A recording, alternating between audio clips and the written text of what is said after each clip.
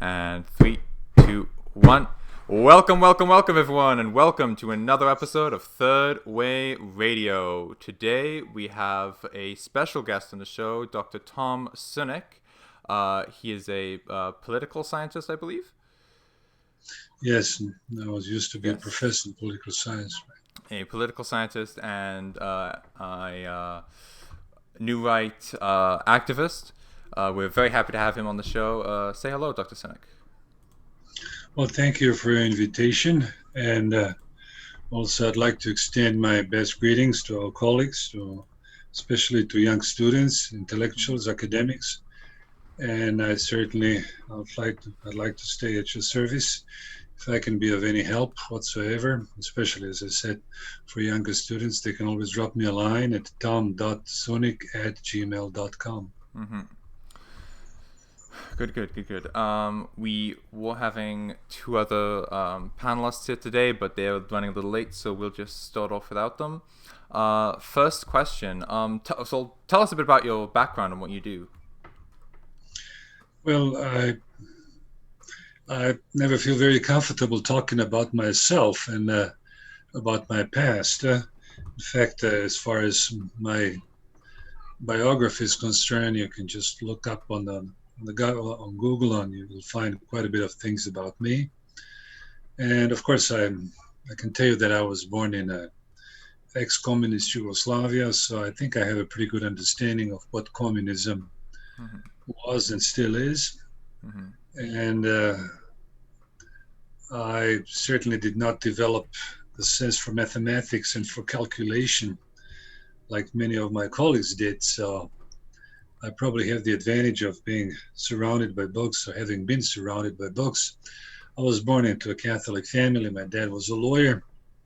And I guess I spent most of my life just reading, translating, and of course traveling around, giving lectures. And I did my undergraduate work back in communist Yugoslavia. I did my graduate work in Europe. And later on, I moved to the States and I became a U.S. citizen. I did my graduate work at the University of California. And later on, I was teaching there for a couple of years.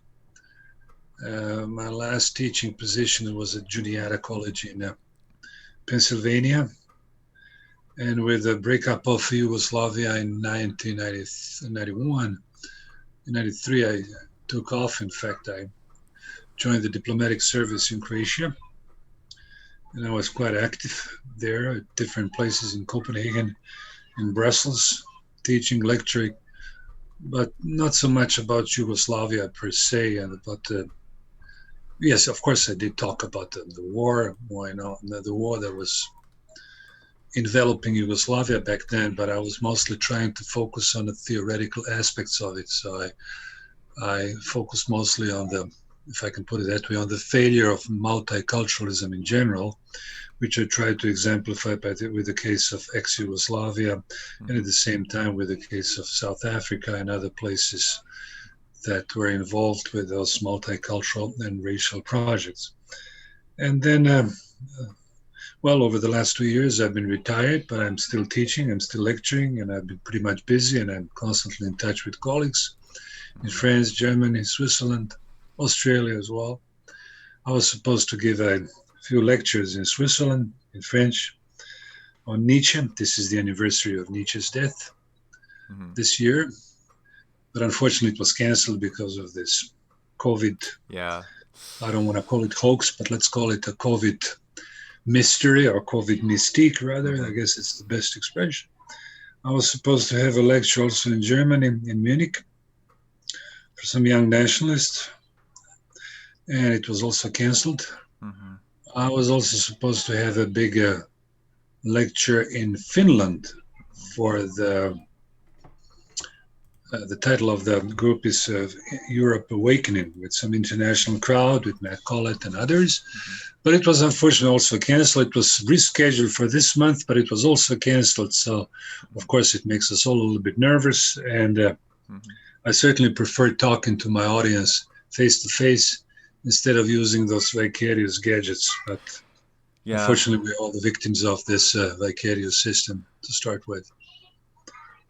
Yeah, there's always a lot of people prefer the personal. It's kind of sad that we all have to talk on all these apps and stuff. So you mentioned like how communism, obviously, it has historically been a threat, and it is now still a major threat. What would you say are the major are there any major ways in which communism has evolved or Marxism has evolved since your I guess part of my trade is also part of my studies. In fact, mm-hmm. is semantics, political semantics. In fact, philology as well, as they call it in Germany, Philologie. And I've been very much involved with etymology of words, with their meanings, and of course with their what we call semantic devaluations and semantic slidings, if I can put it that way. So to start with, even the word democracy has become a sacred object. It is often used both as an adjective, democratic, or democracy as a substantive, as a noun. If somebody wants to champion and highlight his good behavior or his good manners, then we call this person a Democrat. Mm-hmm. Now, let's just keep in mind that just 80, 90 years ago, this word democracy did not have a very, very positive meaning. It had a rather neutral meaning. Of course, in the United States, if we follow a little bit, the development of democracy had a somewhat good, but nonetheless a neutral meaning. I'm sure you're familiar, your readers, your listeners, with Alexis de Tocqueville, who wrote a book, Democracy in America. Yeah. And the resonance, the rhythm of that word back then, this is the early 19th century, was very neutral. It was not very positive to start with. The reason I'm giving you this background on the etymology of the word democracy is quite obvious, because the word communism has been so discredited over the last 70, 80 years, mm-hmm. to the extent that I wouldn't dare calling quote-unquote young Antifas in Seattle, or for that matter in Portland, or for that matter in Miami or in LA, as communist. And even they themselves are aware that this word is no longer trendy. Hence the reason they call themselves Antifas. Mm-hmm. Now, just before we go on, I'd like to make it quite clear that communism is not just an ideology, or was not just an ideology. It is also an anthropology. It's also political psychology. If you look at communism as a political psychology, or anthropology rather, as a form of quote-unquote civilization, it might be a little bit easier for our listeners to understand what I'm getting at. Again, communism as a form, as a dogma, as a set of beliefs is dead and gone in Eastern Europe. It is dead and gone here in Croatia, where you're calling me at, where I'm talking to you from. It is also dead and gone in the Soviet Union, other than some vestiges that you see in some insignia and so on. Mm-hmm. But as far as its anthropological outreach is concerned, it's pretty much alive. It's alive and kicking. And I have to say, it's alive and kicking very well in the United States of America, mm-hmm. especially on campuses and what we call sort of a pejoratively deep state, and also in fake news.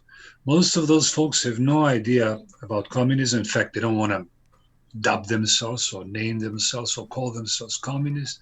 They even probably reject communism. Mm-hmm. But their behavior, their mannerism, their mindset, okay, that's the good word in English, their mindset is pretty much communistic. Now, let me develop shortly and briefly on what I mean by that. Mm-hmm. Now, if you look briefly at the history of America, this whole idea, rather the obsession with egalitarianism, this whole idea of the city on the hill, this whole idea that the country is open to the trodden of the world, is basically, we can say, a crypto-communist way of a state dogma. Mm-hmm. Of course, despite the fact that America did not get involved into this practices of Soviet Union, it was, to some extent, it still is a carbon copy of the failed achievement of the Soviet Union. I just want to make it quite clear. I want to make sure that I express myself clearly. All right, if we look at communism as a psychology, if we look at that, we can call it derogatorily as a pathology. Now, the idea of egalitarianism, the idea of permanent economic progress, the idea of multiracialism. Now, those were all the issues, these were all the tenets, these were all the elements, the founding myths of communism. And they were tried. In fact, there was a big attempt all over Eastern Europe after the Second World War and earlier in Russia, or for that matter, the Soviet Union, to implement those same practices. Let me give you further examples, like ethnic sensitivity training now. We call it in America ethnic sensitivity training. It's a juridical locution, we can say. It's an expression which is very common in some parts, well, in many, many parts of American enterprises, companies, especially in colleges, which I'm quite familiar with. We had back in communist Yugoslavia and the Soviet Union. I remember when I was a kid here, when I was a boy in my early teens, we had exactly not the same expression, but we're also talking about ethnic multicultural. We called it brotherhood and unity at that time. In other words, that brotherhood and unity locution in multicultural Yugoslavia presupposed that all nations, all peoples in a composite state of ex-Yugoslavia were supposed to mingle together, to stay together, and to work for their eternal future of chanting what they call it then, of glorious future, rather. The same example, the same practice was used in the Soviet Union. So the Soviet Union back then, from 1921 until 1990, was composed of 16 different states, 16 different republics, quote unquote, independent republics. And the underlying goal of the Communist Party, the Communist League in Moscow back then, during that period of time, was to create not just a Georgian national, Estonian national, Russian national, but Ukrainian national, but this abstract figure of Homo Sovieticus, to create the figure of abstract, nationless, rootless person with no specific ethnic roots, with no specific racial roots, with no specific historical memory, but with something which is very abstract, something very glorious, which glorious in a negative sense, something which would open up the avenues and venues for the glorious communist future. Now we know exactly what happened in 1990, 91. I don't know what age you are, but I presume you're a little bit younger than I am. Yeah, I'm a bit younger. You know how it all ended up. So hence the reason, I guess I don't want to now list all those empirical examples why multiculturalism and why multiracialism does not work. We have quite a few of those examples. Now back to this communism, this nomen rather, this locution communism. As I said earlier, those masses, or rather those swarms of quote unquote young antifas, I doubt that they ever read Marx. I doubt that they understand exactly what communism is all about. But their impulses, their anthropology, or their mindset is very, very communistic. Yes. Or what they miss, what they lack for the time being, is they probably don't have a solid leadership.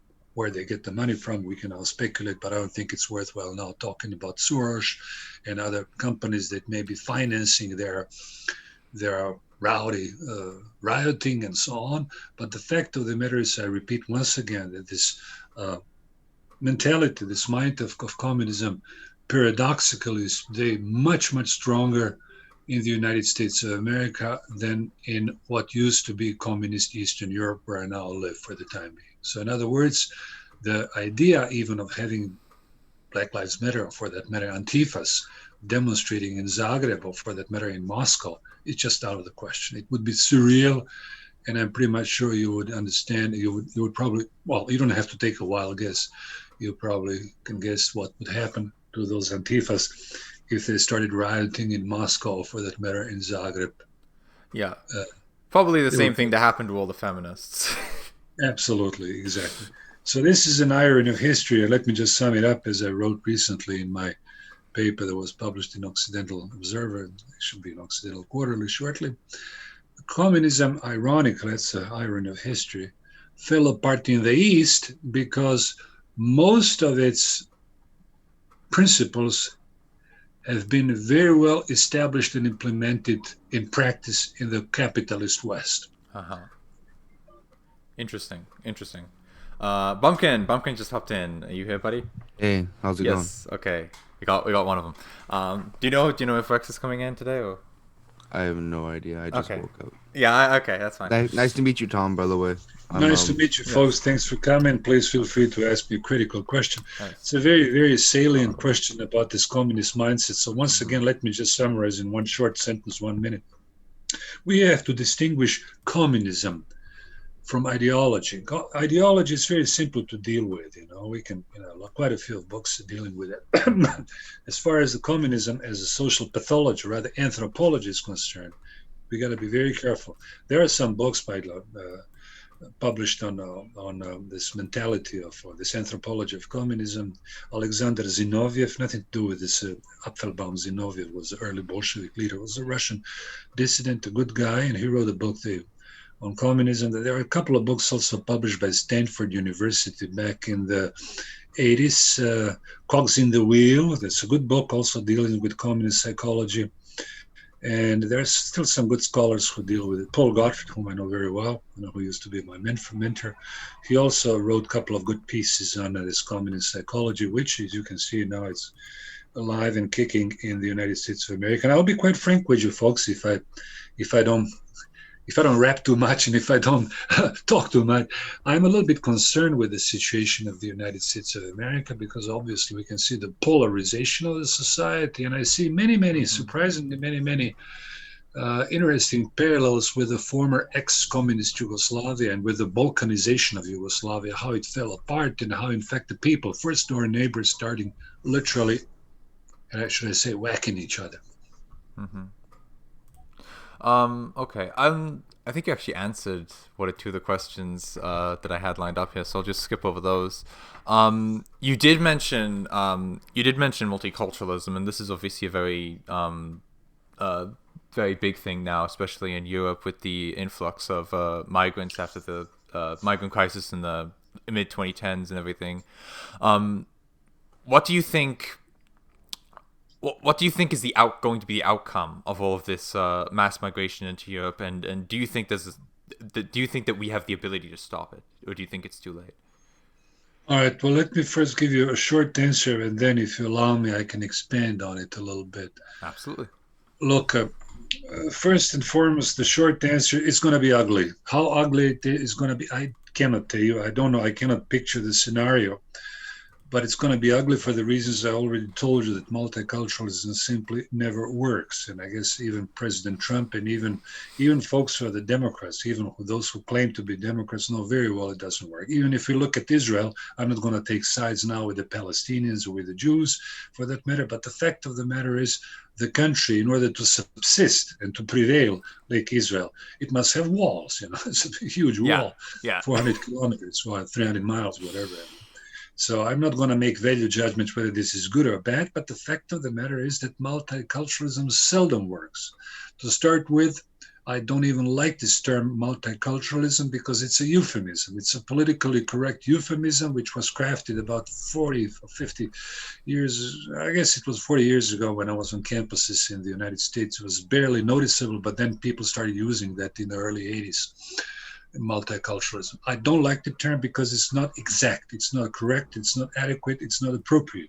We should call instead this concept of multiculturalism, let's distinguish between the concept and the word, should be called multiracialism. Of course, we know very well why multiracialism, the term multiracialism, is not trendy and popular, for the simple reasons that race has evaporated from dictionaries. In France, it evaporated, it's no longer in usage.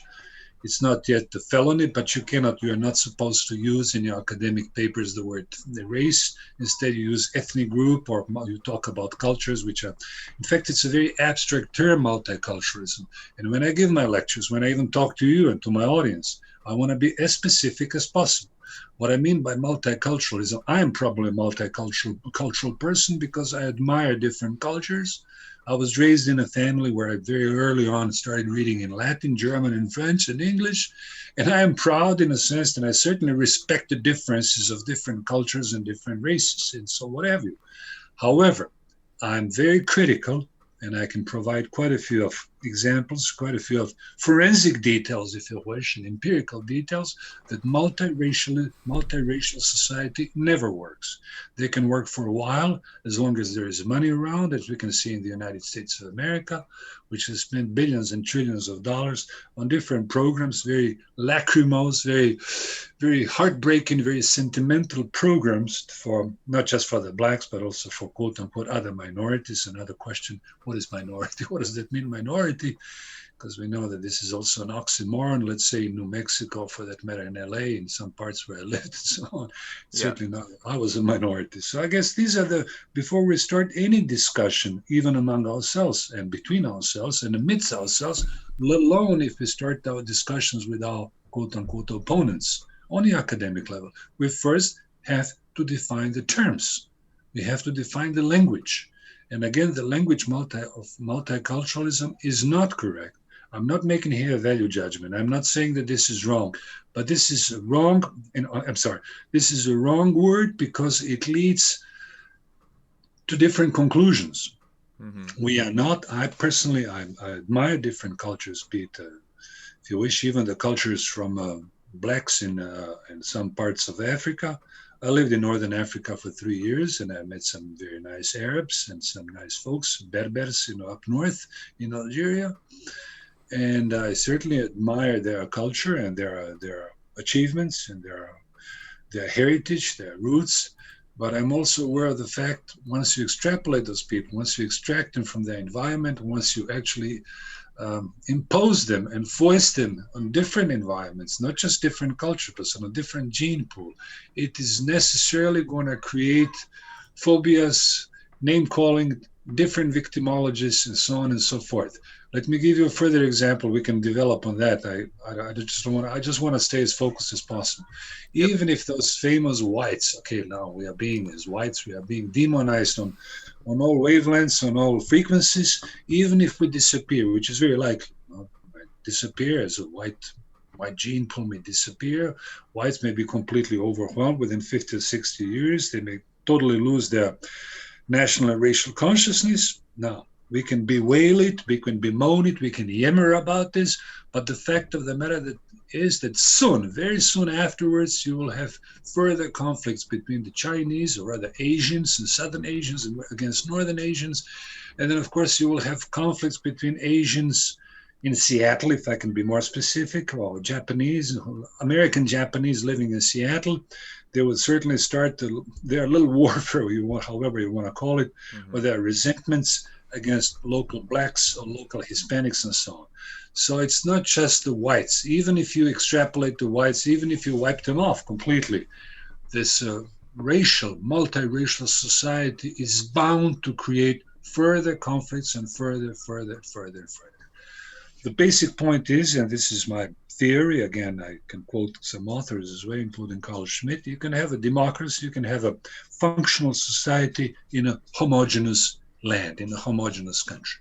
Now, what this homogeneity means, well, it's something debatable. We can talk about this as well, because we know very well that there are also many whites, who are a big problem as well. Mm-hmm. And I can tell you on a personal level, on my personal hide, on my personal skin, the problems I've had so far have not been with the blacks, or for that matter, Hispanics, let alone with Jews, but mostly with you can call them fellow whites or traitorous whites or whatever, people who are simply not aware of their roots, people who have renounced on their roots, people who have relinquished on their roots, people who don't give a damn about their heritage, and who are not actually now serving as, how can I say, the sycophants of some global agenda, which they are not even aware of and which they don't even know how to define.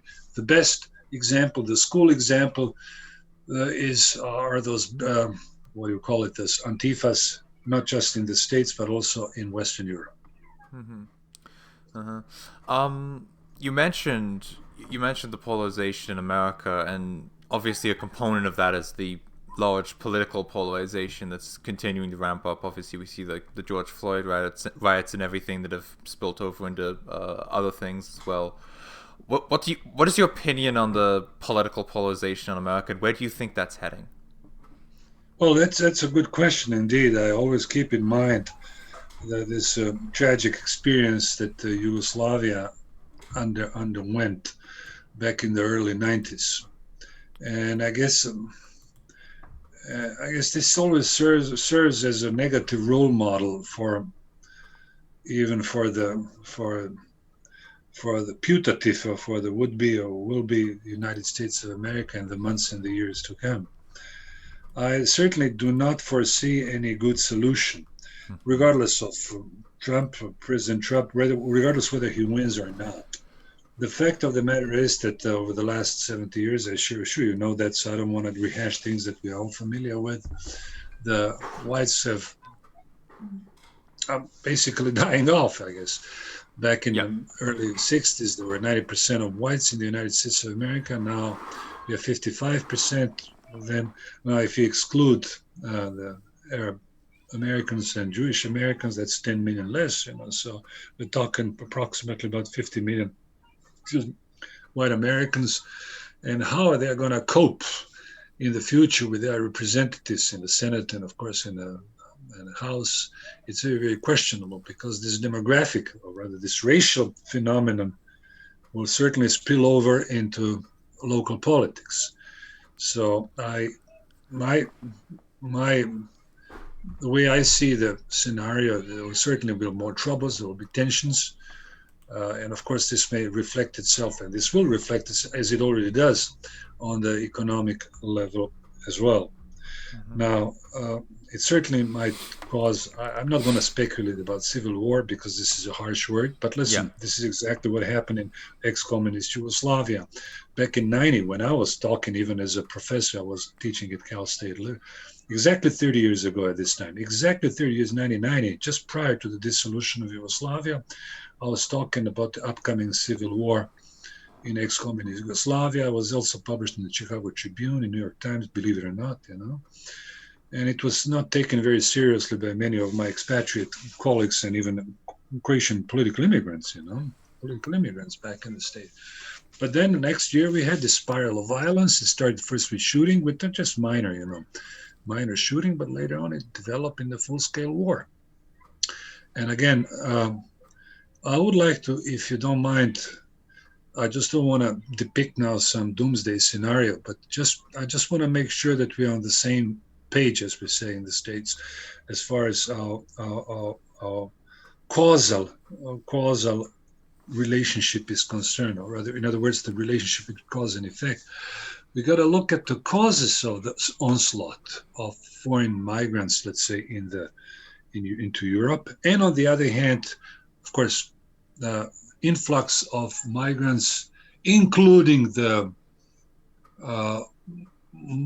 already existent multiracial profile of the United States of America, where you have about 14% of blacks and I guess about 25% of Hispanics, or even more than that, Asians and so on. So it marks about 45% of Americans who are of non-European origin.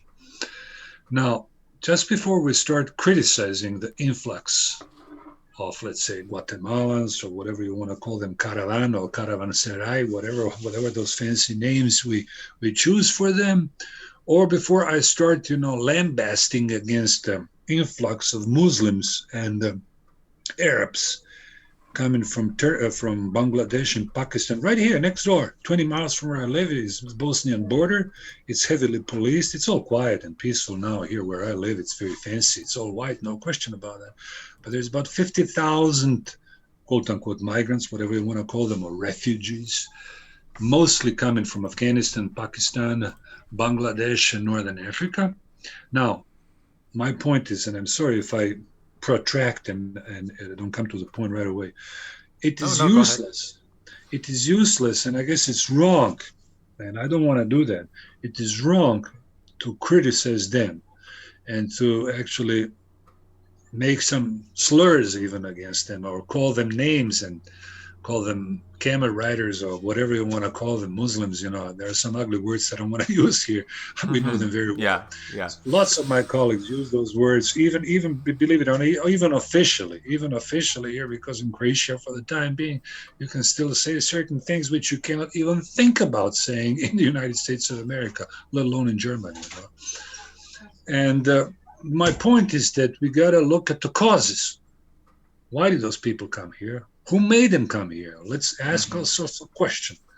What prompted those, call them Ayatollah or rock and roller or whatever you want to call them, Aliyah or kebabs, so you want to call them camel riders, or there's another word for camel as well, But before we start calling them names, let's ask ourselves, let's raise the issue. What brought them here? Who brought them here? Then things become a little bit more complicated. We got to look at those who actually call them here, who bring them here, and we got to define them. We got to single them out. I'm telling that simply because there are some young people, I even tell not so young people, both in Germany and in the States particularly, who get carried away and who get involved in some criminal, I want to say criminal, in some activities which may land them in prison to start with. We don't want to do that.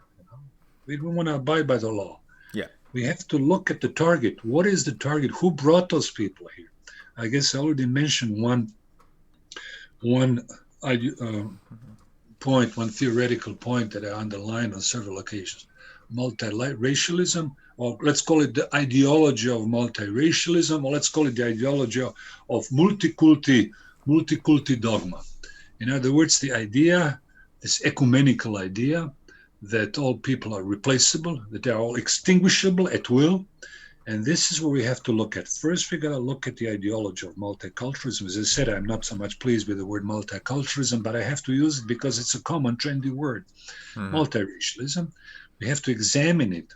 Who benefits, cui bono, who benefits from this multiculturalism, who actually launched this whole idea, and who actually incited the appetites of those, let's call them whichever way we like, those poor Muslim guys, some in their 20s, some in their 30s, some of them might be tomorrow well-fashioned terrorists. There's no question about that, because terrorism is not born. A terrorist isn't born. He becomes a terrorist. So I'm not excluding that we'll have more of it. But again, the question hovers over us. Who actually brought them here? Now, I mentioned the ideology of multiculturalism. So I'm at the same time suggesting we have to start working on distangling or dismantling this ideology of multiculturalism, which is basically just another avatar, or let's call it offshoot of communism, where communism failed, because this is exactly what the Soviet apparatchiks preached for 70 years.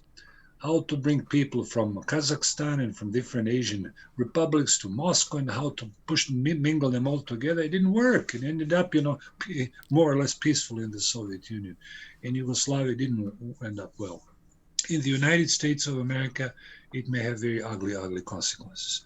So this is the first point. And the second point, before I go any further, I know I'm going to hurt the feelings of some of my, conservative fellows, in whose interest is a borderless society with no borders, with no frontiers, with no police, in whose interest is to keep Rio Grande open and to keep those borders. I think it's 1,700 miles. It's quite a stretch, Yeah. Who wants to bring those people here? Here we go. Well, I'm critical of communism, and I've always been, because I don't even consider it it's a pathology. I mean, it has to be fought. I repeat that once again. You can quote me. It has to be fought by all means, this communist anthropology, because it's devastating. It devours everybody. It devours its victims and its perpetrators. However, I'm also critical of capitalism and liberalism. Let's call it liberalism because it sounds better, and so on. Let's focus on that just for a minute. You cannot have a free market, which is a dogma. It's the main dogma of liberalism, is the free market. You cannot have the free market unless you have open borders. So ask yourself a rhetorical question: cui bono, who benefits? Is it in the interest, let's say, of a banker or some corporation in, let's say, in Tucson, or for that matter in Phoenix, or for that matter in some parts of or in New York, if you wish.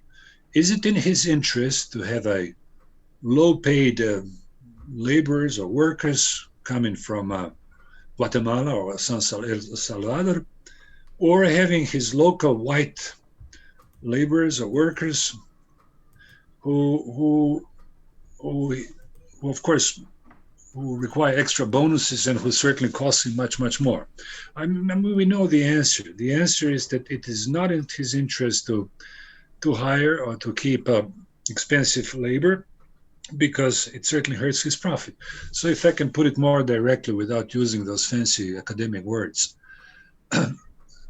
the merchant or the banker, now we live in a period of financial capitalism now, it is certainly not in his interest to have the borders closed. It is in his interest to keep the borders porous in order to have cheap labor around. And you cannot, if you look at the logic of capitalism, I may sound here and now like a Marxist. No, I'm not a Marxist. Yeah. I'm just simply saying something. You cannot have, let's say, a cheap commodity. And there's lots of cheap commodities now in supermarkets from China, from elsewhere, from Thailand. The other day, I bought myself a pair of shoes for nothing, for really cheap. They were manufactured in Bangkok. Somewhere in Thailand. I can imagine the guy must have sweated his life off for this. And again, I don't want to give you the answer, this is good or bad, but the fact of the matter is, it is not in the interest of global capitalism to have the borders sealed off. It is simply impossible. I respect Donald Trump. I'm really working if I can say my butt off. I'm rooting for him, but I'm also supporting him. I'm writing little academic pieces, and I'm really, I hope he will heal and he'll be fine within a couple of weeks. I wish him all the best. Mm-hmm. But he must also be aware of the fact that there is a certain contradiction. You cannot just have economic nationalism. It doesn't work that. Liberalism, the free market, is simply incompatible with nationalism.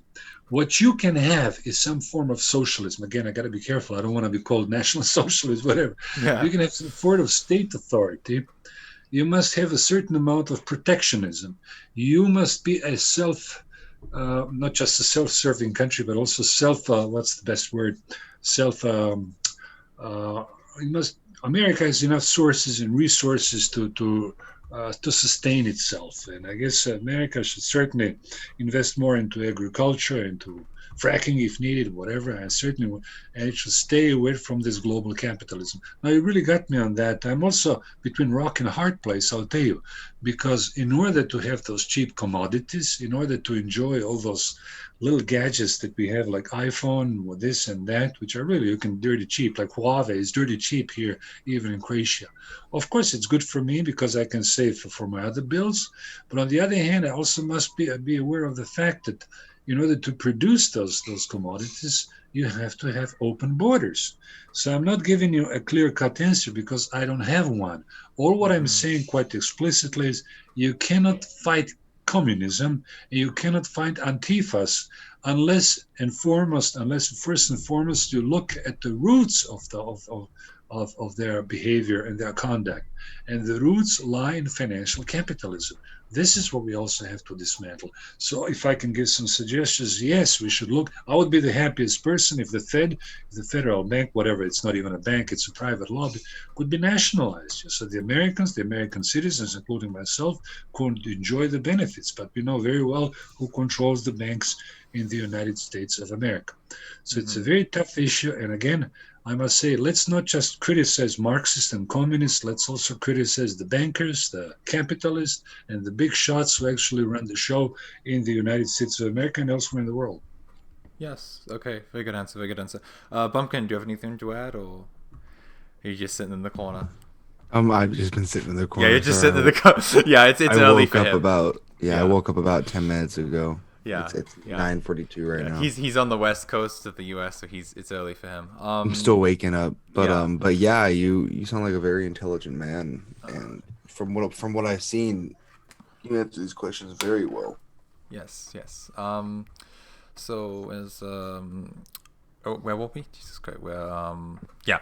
So let's move on to another topic here.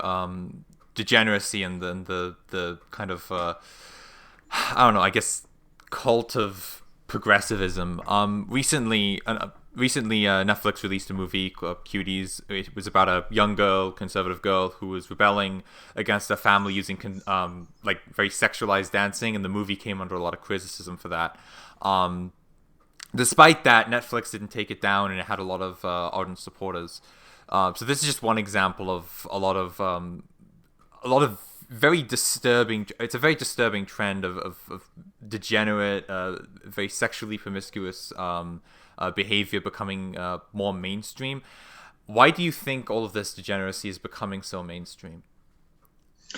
Again, let me just start again. This is my phobia with the etymology of the word degeneracy. Now, of course, you understand that the word degeneracy is not being used by the mainstream media. Has become a very controversial, as they say, politically incorrect word. Yeah. I like using it. I use it quite often. The Germans have a better expression, entartet, which is actually, it means something which has been exactly the exact translation is to degenerate. But this word disappeared literally after the Second World War.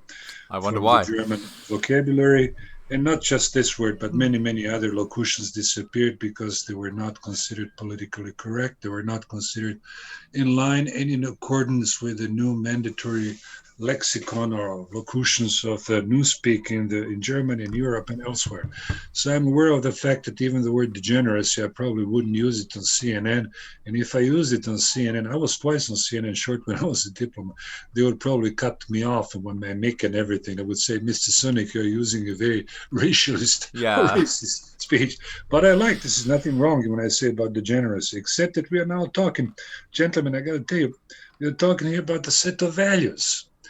I guess for some people, let's say on the West Coast, not necessarily on the West Coast, but also here in West Zagreb, because it has become also Hollywoodized and degenerated in its own fashion by mimicking those ugly customs from America, not good customs from the West and from the Midwest, but bad customs from the United States of America, like Hollywood and drug culture and so on.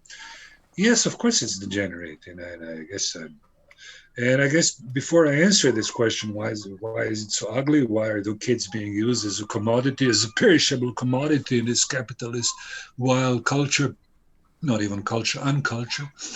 Then we got to ask ourselves the question, who actually made it possible? Who actually created this? Who actually generated this whole environment? Well, let's be quite clear about this, all right? If we want to find the answer to some of our questions, we got to look first at the legal framework. We got to look at what happened in the mid '60s in the U.S. legislations during the tenure of Johnson, with the Civil Rights Act and so on. Again, with this offshoot of multiculturalism, with this mimicry of the Soviet policies, which started basically in the United States also during Johnson's mandate, that you have to give loads of money to different minorities and so on and so forth.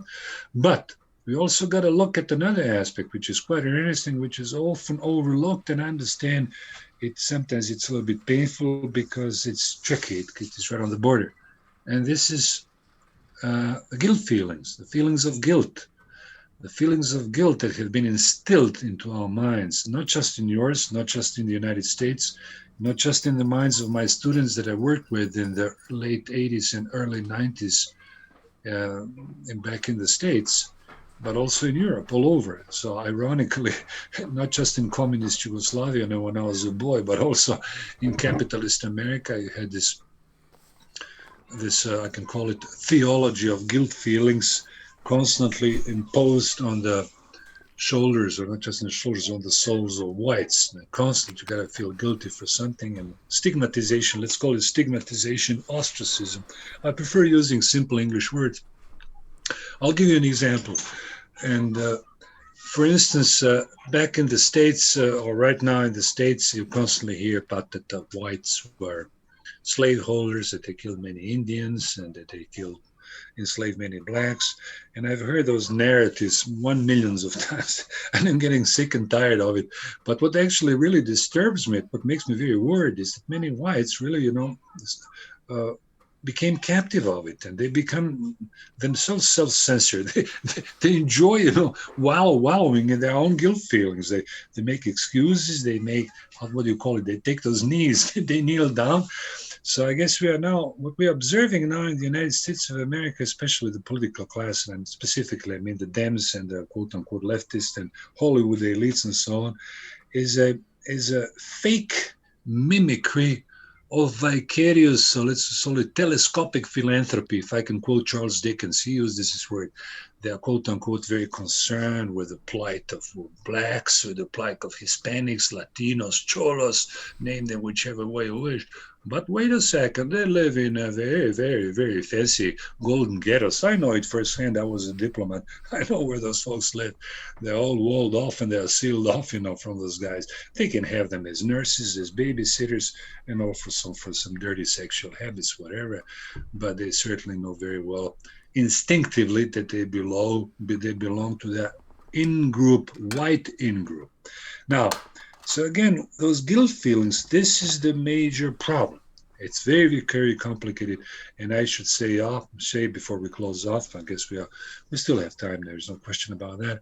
But I'm very much concerned with those guilt feelings, which are particularly salient in the United States of America and in Germany. Germany is even worse in terms of guilt feelings. Again, we are talking here about an aspect of political psychology, which is quite interesting. There are some books on it, and I've written about this, hopefully very academically, without any value judgments. I would certainly suggest you to read some of my pieces on the guilt feelings and what I call it, guilt feelings, and where we actually can trace the roots of those guilt feelings. Mm-hmm. Having said that, we should not write off, we should not leave out, rather, Christianity. Most of my friends, of course, we're all Christians. We were born in a Christian environment. We were raised in a Christian, quote unquote, framework of mind and so on. But listen, unlike many of my colleagues, conservative friends, even very Catholic, very Christian folks, I certainly am much more critical towards the church, both as an institution, but also as a theology.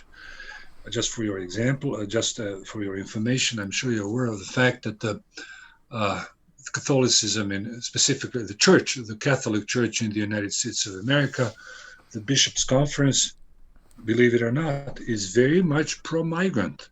They're the ones who are the most vocal advocates of migrants or would-be migrants from Latin America, from Salvador, from Nicaragua, and so on and so forth. So we should not just attack, we should not just criticize, we should not just blame the Marxists, those rowdy rioters, those Marxists, the communists, whatever you want to call them, anarchists. We should not just blame the bankers and those financial sharks and what have you. We should also blame the church. Read some of the homilies, I'm sure you know what homilies are, some of the letters, some of the edicts, how can I put it better, some of the recent statements by American cardinals. I cannot remember exactly the name of one. I'm quoting him in one of my latest pieces, the two of them. And in Germany, this is, I don't want to say catastrophic, it's worse than catastrophic. The entire Catholic Church is officially very solidly behind the influx, not just of migrants per se, general abstract migrant, but Muslim migrants even. They say, well, they're brothers and sisters and so on and so forth. So again, we have here, if you allow me, I'll use my cliche, I guess it's my buzzword. We have an unholy trinity between the church, the capital, it starts with C, and communists, CCC. It's not KKK, but 3CCC in a way, Mm-hmm. So I guess it's much more complex, this whole issue. And I certainly, if I'm to blame somebody, I know very fine people in America who are good Christians, very fine people, good sense of honor and responsibility, also whites who are not ashamed of their roots, but who are not quite certain, in fact, who are, if I can say, please apologize, excuse my term, who are neuroticized. On the one hand, they have to abide by those ecumenical principles of unity of mankind, by quoting St. Paul, that all people are equal. There is no difference between Jews and Gentiles, between women and men. This is what St. Paul said in his epistle to Corinthians. And on the other hand, they're aware of the fact that those people coming from San Salvador or from China or elsewhere have no guilt feelings whatsoever. They are the ones who actually wallow in our guilt and who actually benefit from our guilt feelings. And I find this paralyzing. I find this disastrous, and I find it catastrophic. I don't want to use some big, superlatives or big hyperbolic language. But the fact of the matter is, when a nation starts hating itself, when you have this feeling of self-hate and self-denial, and you can find it in ancient Rome, we don't have to go there. History repeats itself. Then it means that the end of it's not the end of history. It's simply the end of a weaker people, if I can quote Carl Schmitt. So basically, if you want to do something about this, first and foremost, I would suggest to, especially to younger students, get rid of those guilt feelings. Stop reading New York Times, watching CNN. Read some interesting. Read me my books. Read Kevin McDonald, read Ayn Rand, read there's some fine academics books. Don't read this bullshit, Hitlerite stuff and Nazi stuff. This is old news. This can get you into troubles. Read good stuff, read academic stuff. I can help you with that. Read classical. You can learn much more from Shakespeare or Schopenhauer about multiculturalism and why it doesn't work than by reading some Hitlerite or some Nazi stuff. So basically, I guess I made it quite clear. I don't want to recap myself. Yes, the church, this Trinity, this unholy Trinity, plays altogether, when lumped together, a very negative role. It really takes a great deal of effort, intellectual, honesty, intellectual how can I say, independence. And I understand that. I know quotes, I know some foreign diplomats, I know some American guys, big shots, whatever, who are perfectly in agreement with me in private. But of course, I understand folks want to protect their perks. They want to enjoy their life. They want to drive nice cars. Unlike me, I live very modestly. And I think we just have to make a choice. And I'm here to be of some service to our people because I'm very much interested in salvaging and protecting my people, my race. Why not? I'm not ashamed of saying that. It doesn't mean that I'm excluding other races. I can learn a great deal from the Chinese. I can learn from the Japanese. I respect them very much. I can learn also from Arabic peoples as well.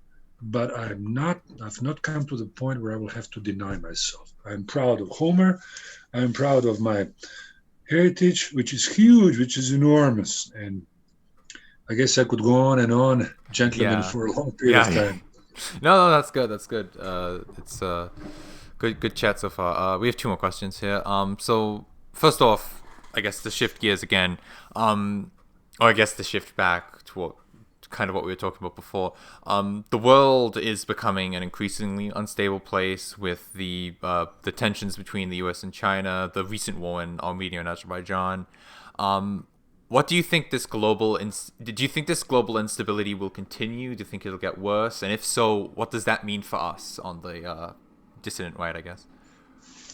Well, thank you it's a nice question. It's like a summary question, like a concluding question, we can say, and I'll give you a conclusive and concluding answer as well.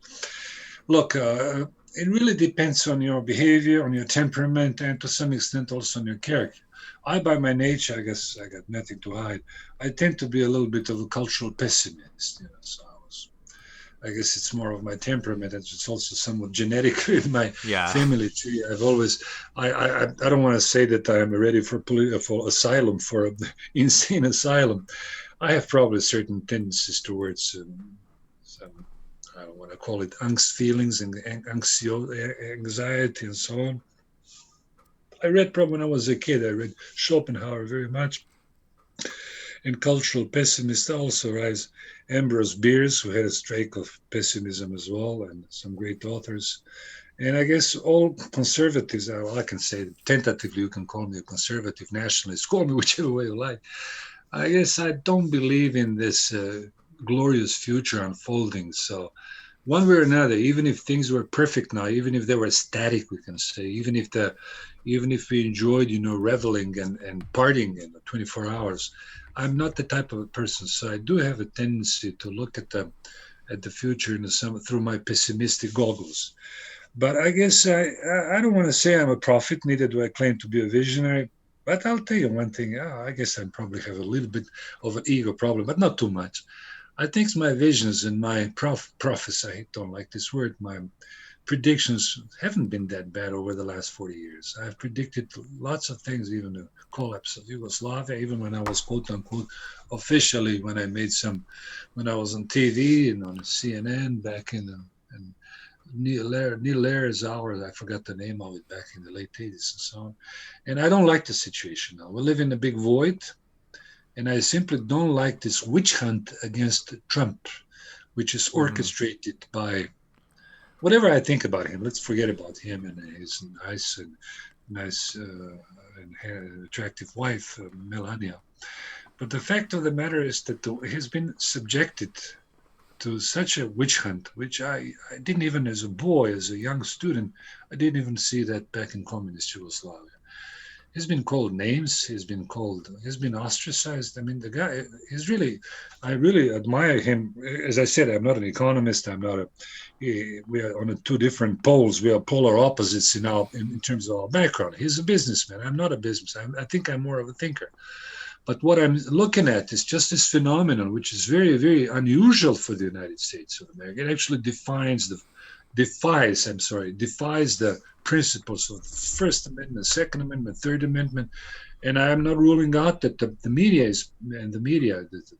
or call it the deep state media in the United States of America, are basically providing the groundwork where some crazy guys may literally they can spark the war, or they can start killing us, or they can do some very nasty things. And I learned one thing, that unfortunately we can end up with that. And you know how life is. If you become a sheep, you will find a wolf that will eat you. And hence the reason we should not just be sheep, we should also be prepared for the worst case scenario. I don't know if that answers the question, but please feel free to that's extend the question. Definitely sufficient. We just have just one last question closing out. I didn't actually know of you previously. Our friend Angela John Gage actually put us onto you, and I've been doing a lot of research on you in the past 2 weeks, and it seems there's a common trend. You have a very impressive resume. You've obviously taught at multiple universities and stuff, and you've written multiple books. Yet despite this, the academic establishment for the most part has kind of overlooked you. They kind of just seem to have avoided you like the plague. Why do you think this is? Why are they so scared of entertaining your ideas? I'm glad that you raised this issue. Now, look, this is more of a personal issue, so I don't want to get myself involved into self-martyrdom and talk about myself as a guy who needs some special recognition and elicit some condolences from my fans, or whatever you want to call it. Yes, I was very, should I use the word pissed off? Yes, of course. I was hurt. Even when I was a professor in the United States of America, I had to pander to my quote-unquote minority students, mostly Black Americans, Hispanics, and so on. I had to pass over my intelligent, high IQ white students. I had to watch my lingo because I didn't want to have a hassle with the dean or somebody. I had very good credentials. In fact, I had very good students liked me, even blacks and whites, everybody really liked me. But I had to lower my standards. So that hurt me in this totalitarian move in the American education was one of also the reasons why I left the country, because I just couldn't tolerate it anymore. In fact, let me tell you, if I can just backpedal a little bit, when I first landed in the States in the early 80s, I was shocked to find out that American colleges and American campuses were more pro-Marxist, more pro-communist than communist Yugoslavia itself, which I fled from, and where so it really shocked me. I so many starry-eyed quote-unquote leftists and so on I encountered on campuses in America, in Berkeley and elsewhere. Look, I'm not a vindictive person. I'm not a person who searches for a quarrel. In fact, if I can make a side, you can ask me about that. I know the leftist mentality very well. I was a right-wing hippie, I want to put it that way. I dropped Yeah. out and back in communist Yugoslavia, 71, 72, with long hair, earrings. I traveled, hitchhiked all the way to India. I was 6 months on the road, so I know how those people act. And I like real rebelliousness. I like real rebels, heretics, I realized later on that I should invest not in long hair and my earrings and the joints and whatever you want to call it and cheap thrills, but that I could beat the system with books and with my knowledge. I started grooming myself and taking care of myself. That this is how you can fight the system best. So this is my suggestions. This is just a little digression for you and for your colleagues who are listening to us. Yep. But yes, of course, I felt a little bit passed over because I was passed over for my tenure and I was passed over. Look, most of my co-workers, some of them were good, some of them were scared, turdless, because they shared my opinion and we socialized and everything, but they were afraid to say certain things in public. Of course, back then, 30 years back when I was in the States, I was far more, quote unquote, liberal. I was far more, how do I say, more tolerant even in my lingo than I am today. And then, of course, this was one thing, this low standards, the lowering of standards in American higher education was really something that shocked me. And this is something that I find, and this is something that I would suggest to President Trump to focus on. This is where actually the deep state, this is actually where the problem starts. If you want to fight the Dems and all those people, those liars, start with the education, which has been totally monopolized by quasi-Marxists, by phony communists and Marxists who are actually ruining the heritage, our heritage, from Homer to Heraclit to Heidegger, if you wish. Now, back to Europe, with this time we didn't focus on Europe, but I can give you another lecture. Things are ugly also in Germany. It's a very self-censoring country. Germany, of course, it's a long list. I also was, I don't want to say denied tenure. There are some people and professors who respect me, but precisely for the reasons of guilt by association. This is another aspect of guilt that I mentioned a while ago. This phenomenology of guilt. People are sometimes share your opinion, I'm quite certain, but they just don't want to get scooped up by, and how do I say, by somebody who may hurt their pension funds, if I can put it that way, so they're trying to avoid you. And I noticed that, hence the reasons there are only a few people that I truly trust and admire their characters, like Kevin McDonald, he's a good friend of mine, a couple other guys. We disagree on many points, Jared Taylor is a good guy, he also works his own, of course we differ in terms of our temperament, we're quite different also in terms of our focus, but there's some good people, of course, and I know some folks who have had some troubles. In Europe, it's very bad, and I guess I don't want to mix those things together because if I get carried away too much, we'll lose the thread of our discussion. Germany is bad, and the whole of Europe is bad because there are strict laws against what they call it hate speech and what I call it free speech. If you say something which is not correct, even if you use a word like we use the word degeneracy, if you say something critical of Jews or Judaism or even Israel, not just Jews, you may run into some problems. If not directly with the jurisdiction, with the local court, then indirectly you may lose a job and you can have some troubles. Germany, as I said, is very, very bad. And now what we are basically seeing is this spiral. It's getting worse and worse. However, there are more and more people who are aware of it. Now, keep in mind the Soviet Union did not fall apart, if you allow me this digression, and we'll end up with that. The Soviet Union was not undermined by the CIA, by Langley, or if you wish, by the FBI, or by some foreign agents. It was not undermined by czarists or by monarchists, by anti-communists, because there were a few people. Come on, folks, we should not exaggerate. It actually self-destroyed itself. It self-destructed itself because the system was not natural. It just didn't function well. It does function for the time being in the United States of America, but it cannot function forever. As I said, even if we whites, as the most prominent, as a Promethean sort of a, how can I say, ramrod of civilization of the entire West, even if we disappeared, believe it or not, it's going to get chaotic. So basically what I'm saying, there are some signs of hope. I don't believe in the masses. I don't believe in some mass movements of, let's say, 200,000 whites who would probably stage some coup. This is all baloney, and I don't want to take it very seriously. What we have to work is on, for the time being, is this cultural warfare. We got to give lectures to young students, to kindergarten students, teach them the classics, teach them a little bit, teach them to retrieve their pride of being white, of being European ancestry, of having their heritage, which is something really to be proud of.